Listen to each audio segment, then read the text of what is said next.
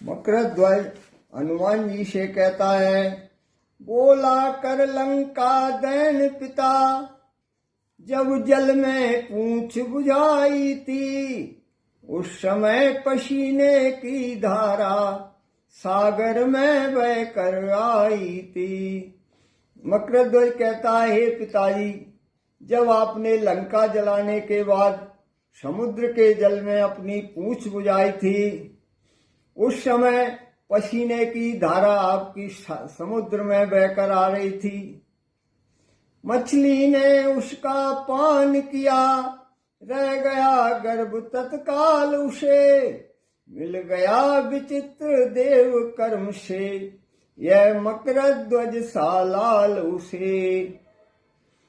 आपकी उस पसीने की बूंद को मछली ने पान कर लिया और उसका तत्काल ही गर्भ रह गया। इस प्रकार इस विचित्र घटना से उस मछली को मकरध्वज जैसा पुत्र मिल गया। निश्चय बात विचित्र है, हंसे राम के दूत, फिर अचरज यह तरुण भी शीघ्र हो गया पूत। फिर हनुमान जी हंसने लगते हैं और कहते हैं, बड़ी विचित्र बात है। और फिर ये भी अचरज है कि इतनी जल्दी तू जवान कैसे हो गया। वह बोला, है रावण प्रभु का मेरे पर कृपा भार है, यह देवी मैया है सिद्ध उन्हें उनका चमत्कार है यह। वह बोला, मेरे ऊपर ऐरावण महाराज की कृपा का भार है, क्योंकि देवी माता उनसे प्रसन्न है और देवी माता की कृपा से ही मैं जवान हुआ हूँ। यह उन्हीं देवी माँ का चमत्कार है। स्वामी का है आदेश इधर, आदर ईश्वर पिता का है, असमंजस में है मकरध्वज, यह सोच रहा करना क्या है। अब मकरध्वज मन में सोचता है कि बड़ा ही अब वो असमंजस में है कि उधर तो मेरे स्वामी का आदेश है और इधर मेरे पिता के आदर सम्मान का सवाल है। अब मैं क्या करूं। उस ओर कुआं है दिख रहा, इस ओर दिखती खाई है ऐसे ठोर कड़ा सेवक, पथ देता नहीं दिखाई है। मकरध्वज सोचता है कि उस ओर तो कुआं है और एक तरफ खाई है। अब ये सेवक ऐसे तौर पर खड़ा हुआ है कि उसको कुछ भी उपाय दिखाई नहीं दे रहा है। तो वो हनुमान जी से कहता है, पितृदेव आप बतलाएं, इस समय धर्म क्या है मेरा। हे कर्मशील है कर्मवीर, कर्तव्य कर्म क्या है मेरा। हे पिताजी, अब इस असमंजस की स्थिति में आप ही मुझे बतलाइए कि इस समय मेरा धर्म क्या है। हे कर्मशील हे कर्मवीर, मुझे मेरा कर्तव्य बताइए। बेटे मैं कर्तव्य की देखी जवी हिलोर, प्रेमी दृष्टि से बाप ने निरखा उसकी ओर।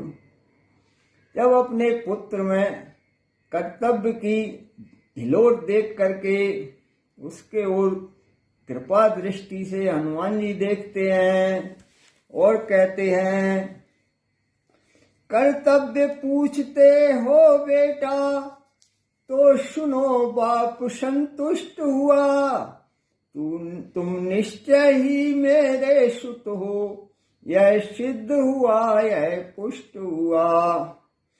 हे बेटा, तुम अपना कर्तव्य पूछते हो, इससे तुम्हारा बाप संतुष्ट हो गया है और ये सिद्ध हो गया है कि तुम निश्चय ही मेरे पुत्र हो।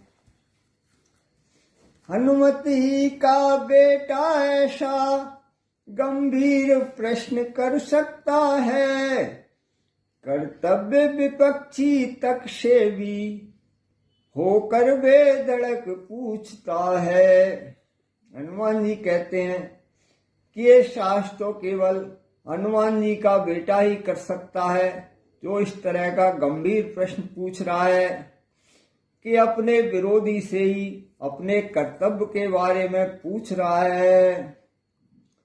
मैं महावीर कहलाता हूँ तो तुम भी युवक वीरवर हो, मैं पक्का सेवक हूँ प्रभु का तो तुम भी उसके किंकर हो। हे बेटा, मैं महावीर कहलाता हूँ तो तुम भी एक बहादुर युवक हो, और मैं अपने प्रभु का पक्का सेवक हूँ तो तुम भी अपने मालिक के ऐरावल के सच्चे भक्त हो। तुम मुझसे पूछ रहे हो यह इस समय धर्म क्या है मेरा, मैं तुमसे पूछ रहा हूँ यह कर्तव्य कर्म क्या है मेरा। ए बेटा, तुम मुझसे पूछ रहे हो कि इस समय तुम्हारा धर्म क्या है, और मैं तुमसे पूछ रहा हूँ कि इस समय मेरा कर्तव्य क्या है। मैं ही कह दूं, निर्णय कर दूं, अच्छा तो सुनो ध्यान देकर, ऐ रावण को संहार हनुमत जाएगा निज प्रभु को लेकर।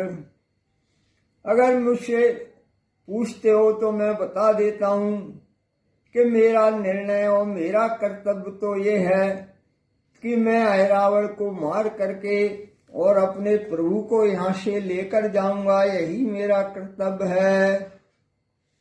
इसलिए धर्म है मेरा यह, पहुंचू मैं भीतर नगरी के, जब लक्ष्य भिन्न दोनों का है, तो कैसा बाप और बेटा, दो वीरों में मल्ल युद्ध होगा वशीशी ठोर बेटा। इसलिए तुम्हारा धर्म, मेरा धर्म तो ये है कि मैं नगर में प्रवेश करूं, अपने प्रभु के पास पहुंचूं, और तुम्हारा धर्म ये है कि तुम मुझको रोको, तुम अपने कर्तव्य का पालन करो। जब दोनों का अलग अलग लक्ष्य है तो फिर कैसा बाप कैसा बेटा, इसी जगह पर दोनों बाप बेटा में मल्ल युद्ध होगा। अब शक्ति करेगी न्याय कौन, निज जननी का जन है, तुम फिर भी मछली नंदन हो, हनुमान अंजनी नंदन है। अब हमारी दोनों की शक्ति ये निर्णय करेगी कि कौन अपनी माँ का सपूत है। फिर भी तुम मछली के पुत्र हो और मैं अंजनी माँ का पुत्र हूँ।